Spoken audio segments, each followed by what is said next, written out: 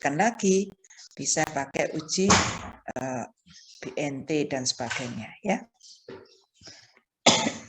Nah, itu di univariate ya, di univariate. Nah, sebelum Anda melakukan uji T, kan harus dieksplor dulu ya. Nah, mungkin pada saat Anda belajar uji T di Medstat ya, langsung pada uji T itu ya. Tetapi itu kan Anda belajar part by part ya, method by method ya. Nah, tetapi secara keseluruhan tahapan analisis data, kalau Anda dihadapkan pada data itu ya, Anda harus melihat data itu sendiri ya, pola datanya bagaimana, distribusinya bagaimana, ya, skalanya bagaimana, baru menentukan apakah menggunakan uji T, apakah menggunakan uji Kolmogorov-Smirnov, ya, apakah menggunakan uji yang lain ya. Nah, itu kalau Anda merangkai ya. Jadi Anda sudah dapat non-par belum? Sudah ikut non-par? Sudah ya? Ya pasti sudah lah. Sekarang sudah ikut multivariate ya. Jadi mulai sekarang kalau dulu belajar Medstat ya Medstat aja, karena itu memang porsinya Medstat. Anda belajar non-par, saja, non-par saja. Anda belajar ADK saja, SPM.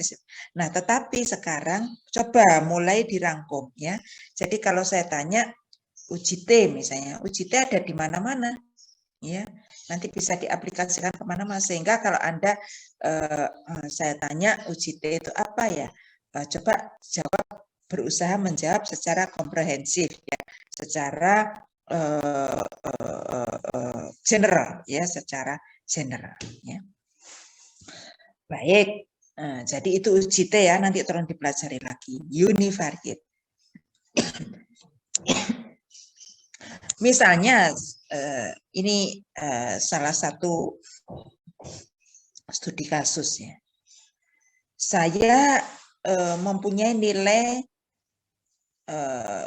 kuis ya, mata kuliah statistika atau metode statistika 1 misalnya. Ya, ini di kelas C ini ya. Ada mata kuliah metode statistika 1, ada kuis 1, kuis 2, kuis 3. Ada kuis 1, kuis 2, kuis 3 ya. Kemudian saya ingin tahu ya, apakah 3 nilai tersebut itu mempunyai rata-rata yang sama. Nah, ini mata kuliah metode statistika 1. Ada 3 nilai dari 3 kuis. Jumlah mahasiswanya 41. Ya. Ya, coba ya. Jumlah mahasiswanya 41, mata kuliahnya Medstat 1 ya. Terus kuisnya ada 3 kali. Saya ingin mengetahui apakah 3 kuis itu rata-ratanya sama enggak? Itu univariate atau multivariate?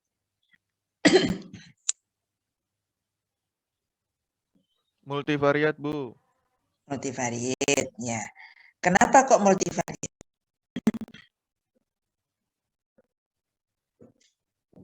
Yo.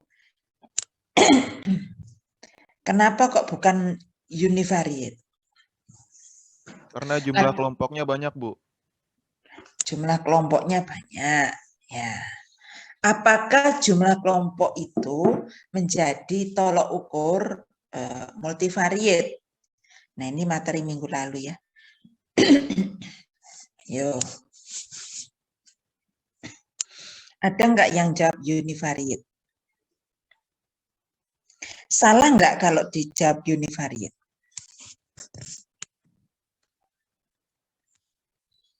Yo. Mulai saya buka ya kepekaan kalian ya.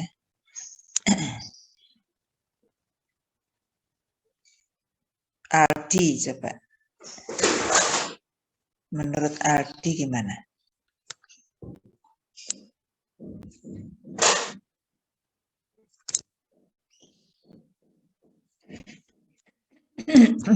Iya, Bu. Yo, iya menurut kamu gimana? Tadi pertanyaannya apa nih, Bu? Oh, boleh tahu? Aduh, kamu tidur kayaknya ya. Udah, Bu. Jadi ada nilai Matstat 1 ya. Nilai Matstat 1 itu dari 41 mahasiswa. Kemudian nilainya itu ada 3 kuis dari Matstat 1 itu. Saya ingin tahu 3 kuis. Ya Allah.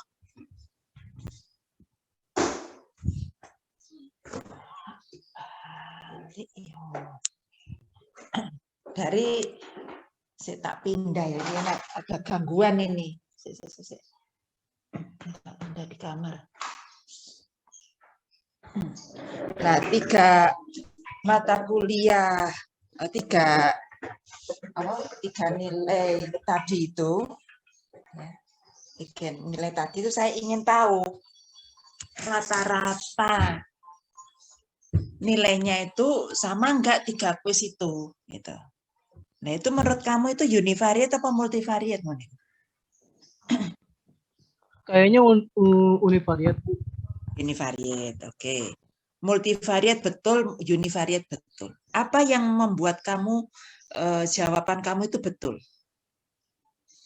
Jawaban sebelum Aldi tadi siapa sih jawab?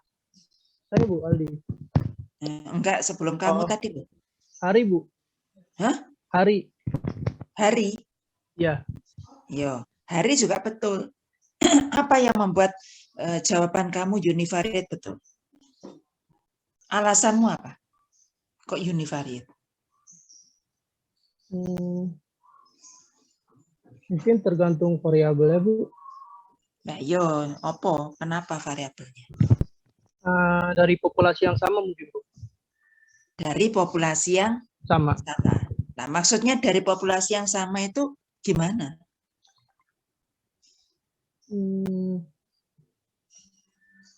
Karena yang diteliti cuma rata-rata mungkin, Bu. Cuma rata-rata. Iya. Nah, terus konsep univariate dan multivariate itu di mana?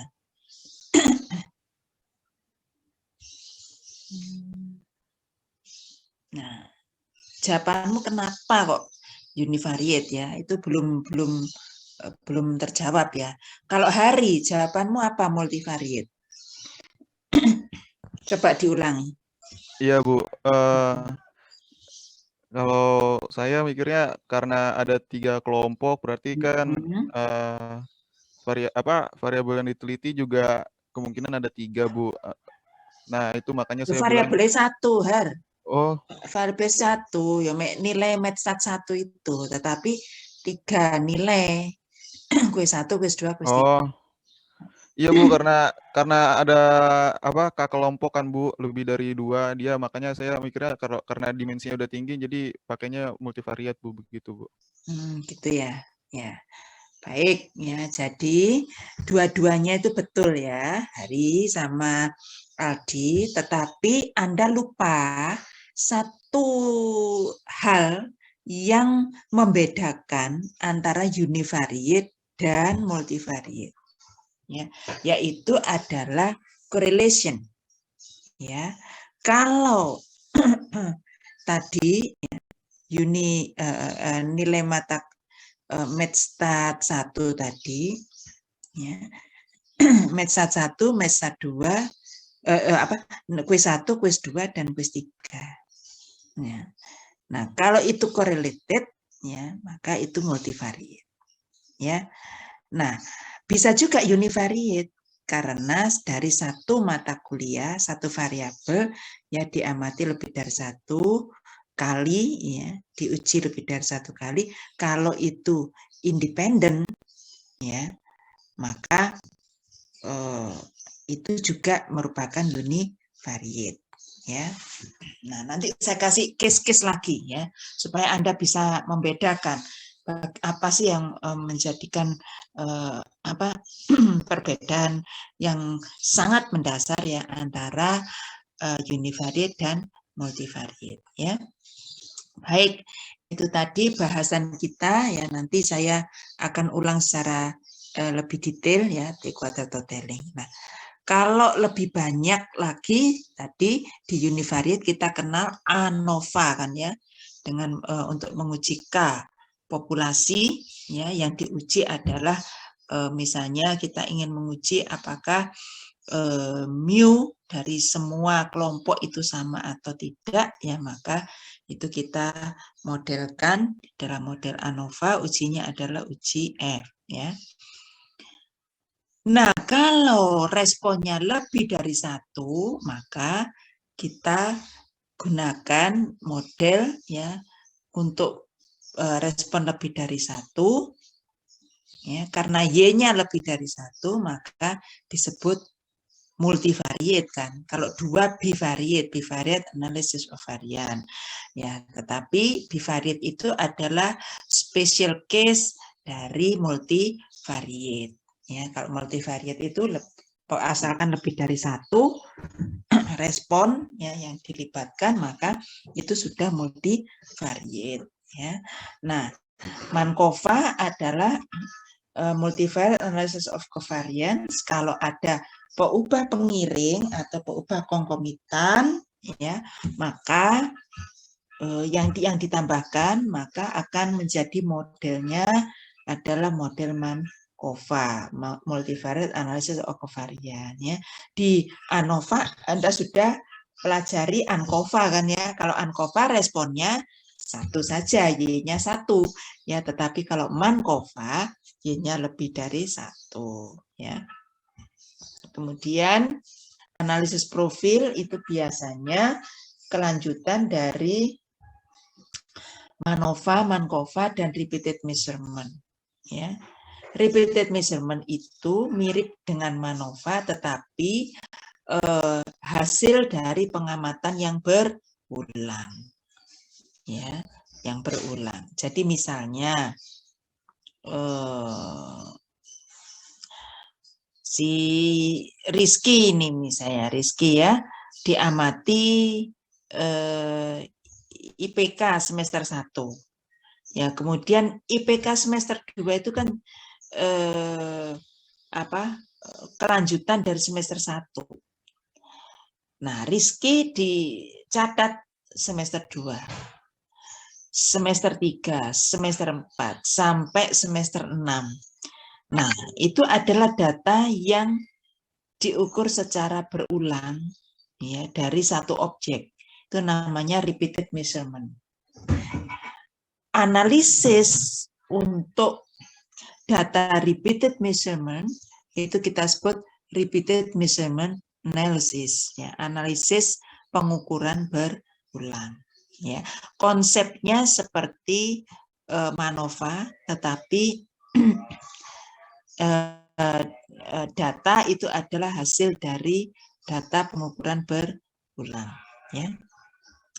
Kemudian analisis jalur atau path analysis itu konsepnya adalah analisis korelasi ya. Konsepnya ya. Analisis jalur atau itu sebetulnya konsep dasarnya adalah analisis korelasi, sehingga dari jalur itu akan diketahui ya pengaruh langsung dan pengaruh tidak langsung. Analisis diskriminan ya, diskriminasi ya. Ini analisis untuk membedakan objek ya, mengelompokkan ya. Nah, metode pengelompokan di dalam multivariate itu banyak sekali ya, tidak hanya analisis diskriminan, tapi ada analisis faktor, ada PCA, ada cluster, ada multidimensional scaling, ada correspondent analysis, ada biplot ya, analisis banyak sekali.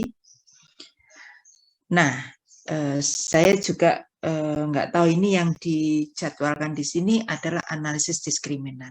Yang lainnya nanti saya singgung secara umum, tetapi kita akan bicarakan analisis diskriminan.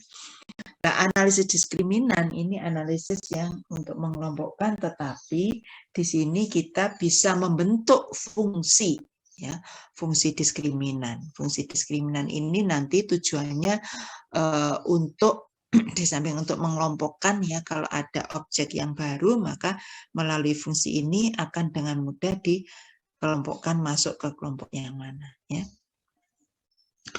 Berikutnya adalah analisis faktor dan PCA. Ini adalah dua analisis yang secara mendasar itu sama, tetapi berbeda fungsi, ya. Analisis faktor, ya, itu adalah mendasarkan pada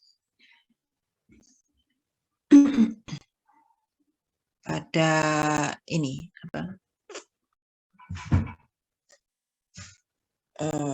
faktor itu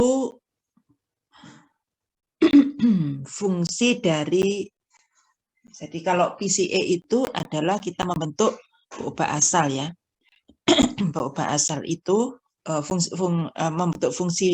membentuk peubah baru yang merupakan fungsi dari peubah asal. Tetapi kalau faktor itu peubah asal itu fungsi dari faktor. Jadi nanti kalau faktor itu biasanya dari kebalikannya, antara PCA dan analisis faktor itu kebalikannya. Analisis faktor kebalikannya PCA, ya. Sama-sama ya untuk mengelompokkan, tetapi tujuannya berbeda.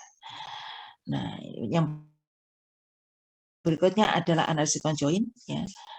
Kemudian, nah ini aja yang kita bicarakan, ya. Tetapi nanti saya juga singgung apa biasanya metode-metode, ya, yang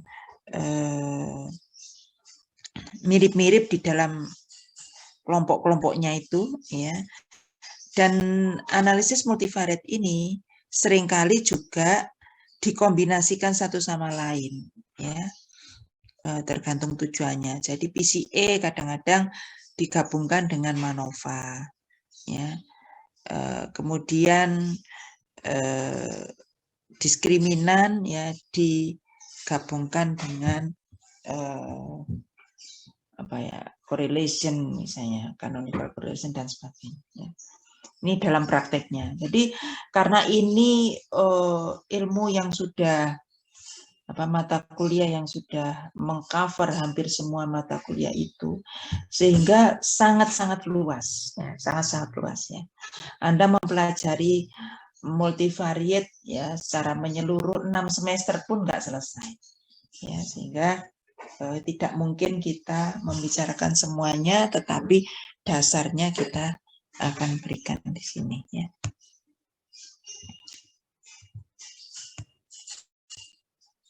Ini referensinya masih banyak, ya, tidak hanya ini saja, banyak, ya. Joliffe, ya, kemudian Kronek Joliffe sama siapa itu, ya, yang mau nulis bagus itu, ya, nanti saya tunjukkan, ya. Nah, pengantar analisis multivariat, ya, ini analisis multivariat berkaitan dengan menganalisis dan memahami data dalam dimensi tinggi. Apa yang kamu ketahui tentang dimensi, Balkis? Menurut kamu itu dimensi itu apa, Balkis? Dimensi. Oke, nanti pelajari, ya, dimensi, ya. Analisis multivariat merupakan perluasan dari analisis univariat. Ya, tadi sudah saya sampaikan, ya. Nah, ini oke. Ya, jadi kalau ada beberapa variabel, yang pertama kali Anda harus lihat adalah variabel itu variabel apa. hubungan antara variabel-variabel itu bagaimana. Ya, itu yang pertama kali Anda harus lihat, sehingga korelasi antara variabel itu menjadi dasar kita melakukan analisis multivariat atau tidak. Ya, jadi analisis multivariat seperti univariat juga dikelompokkan menjadi dua, tetapi kelompok ini bukan dua kelompok yang terpisah, tetapi saling menunjang. Ya, nah kelompok yang pertama kita sebut dengan eksplorasi data, kelompok yang kedua kita sebut dengan konfirmatori, multivariat konfirmatori. Ya, bagaimana kita mengeksplor data? Bisa kita gunakan univariat atau multivariat. Ya. Univariat ini salah satu contoh univariat dengan box plot. Ya. Bisa juga dengan diagram-diagram yang lain. Ya. Apakah ini ada manfaatnya untuk analisis multivariat? Ada manfaatnya, tergantung dari tujuannya tadi. Ya. Nah, metode-metode pengelompokan secara multivariat ya, juga banyak. Ya, tadi sudah saya sebutkan, ada PCA, ada biplot, ada koresponden, multidimensional scaling, diskriminan, cluster, baik display yang semacam ini dengan Chernovisis. Ya, ini bagian dari cluster biasanya ya. Dari cluster itu displaynya itu bisa dengan Chernovisis seperti ini ya. Masih banyak yang lainnya, model-model eksplorasi yang lainnya ya. Ini univariate ya, apakah univariate ini bermanfaat ya tergantung dari seni ya, how to display ya untuk data yang kita sedang pelajari itu ya. Ini tergantung ada seninya juga ya, seni bagaimana menampilkan data. Bisa juga seperti ini ya. Diagram pencar, kalau ini dimensi 2, ini dimensi lebih dari 2 ya. Bagaimana kita bisa dengan mudah menginterpretasi ya data seperti ini ya. Ya, sedapat mungkin kita bisa gunakan dimensi yang rendah. Makanya tadi bicara masalah dimensi ya, dimensi suatu matriks. Nah, sebelum menganalisis ya kita ketemu dengan data, tadi saya ingatkan juga ya, data itu skalanya apa, cara mendapatkannya dari mana, berapa banyaknya, tujuannya untuk apa. Ya, itu harus Anda cermati betul-betul karena memahami fenomena itu juga tidak mudah. Ya. Saya kira ini minggu lalu sudah. Nah, ini saya ganti materi yang lain ya.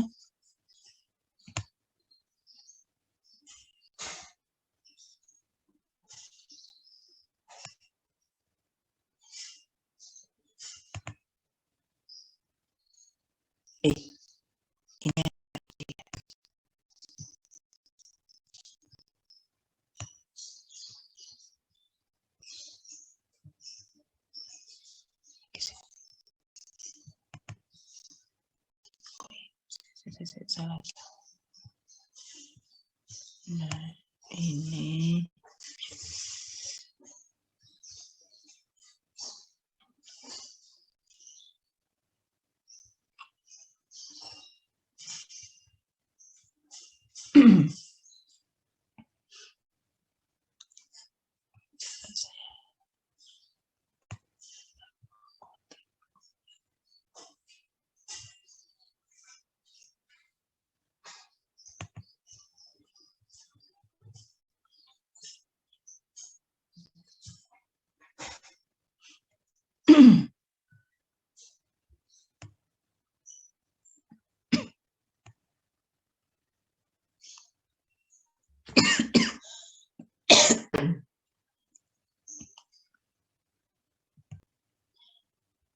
Bisa dilihat ya.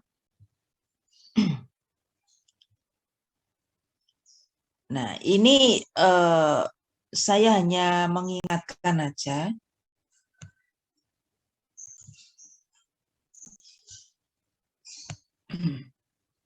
Untuk matriks ini ya. Karena apa? Karena di dalam